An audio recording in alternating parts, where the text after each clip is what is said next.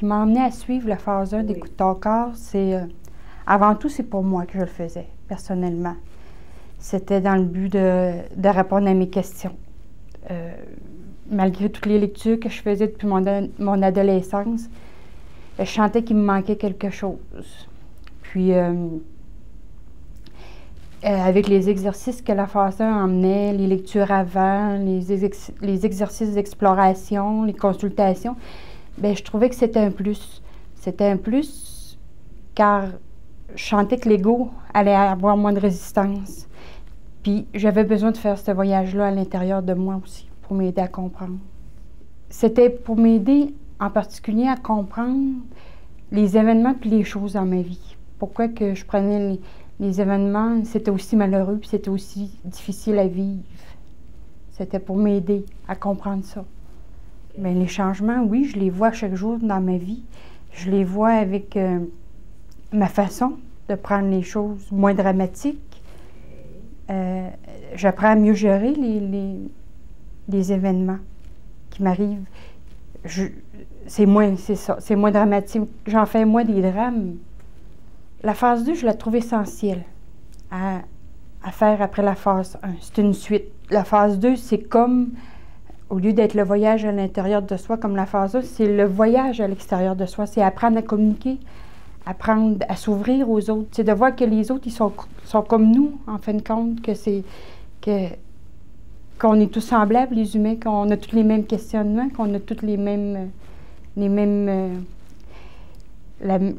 sentiments à gérer, la même gérance d'émotions. Puis, je dirais qu'avec Écoute ton corps, la phase 2, c'est ce que ça m'a apporté, moi. Ça m'a apporté comme je le disais à mon animatrice une fois, aujourd'hui, je comprends c'est le mot responsabilité. Je comprends le sens du mot responsabilité. Puis, je peux dire que je déguste les fruits de mes semences, que j'ai compris c'était quoi semer. Puis maintenant, je vis avec les récoltes, avec toutes les belles choses qui m'arrivent dans ma vie aujourd'hui. Bien, c'est sûr qu'avec le groupe, il y avait le sentiment d'appartenance, on a créé des liens, puis ça a été plus facile aussi pour l'ouverture, pour la confiance, ça l'a aidé à la confiance en soi. Puis, comme je disais tout à l'heure, ça l'a aidé à mon ouverture envers les autres. Parce que moi, avec la honte et l'humiliation, j'étais toujours dans le jugement, mais vis-à-vis moi, vis-à-vis ce que je disais, c'était-tu correct? Ce que je faisais, c'était-tu correct?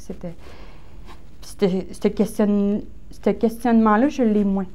J'apprends à m'accueillir là-dedans. OK, c'est ça, c'est la honte, c'est ça. Puis c'est à ce niveau-là que je disais tout à l'heure, le mot responsabilité,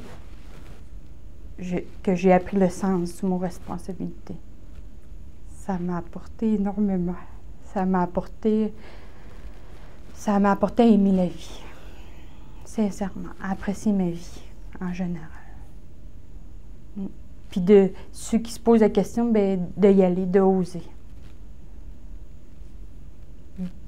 Que les barrières, c'est une illusion, que ça en vaut vraiment le coup après.